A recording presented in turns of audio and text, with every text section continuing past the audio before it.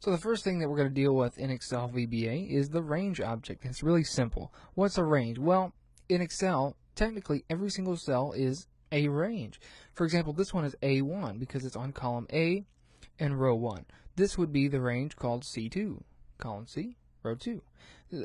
But not only that, if you selected, let's say you selected several things. This is B2 all the way through D6. That's a range. B2 through D6 is a range. So we typically notate that by putting a colon, so B2 colon C6.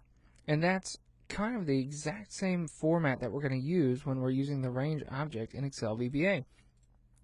So precursor to that, anytime you want to get into the Visual Basic Editor, instead of clicking on the Developer tab here and clicking on Visual Basic right there, we're going to use a keyboard shortcut, which is Alt F11. You put your thumb on the Alt key and you hit F11 with your middle finger, and boom, here is the Microsoft Visual Basic for Applications Editor.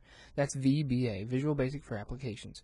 So now we're in the Visual Basic Editor. In the next video, we're going to start by making our first module, and we're going to make our first code from scratch. Piece of cake.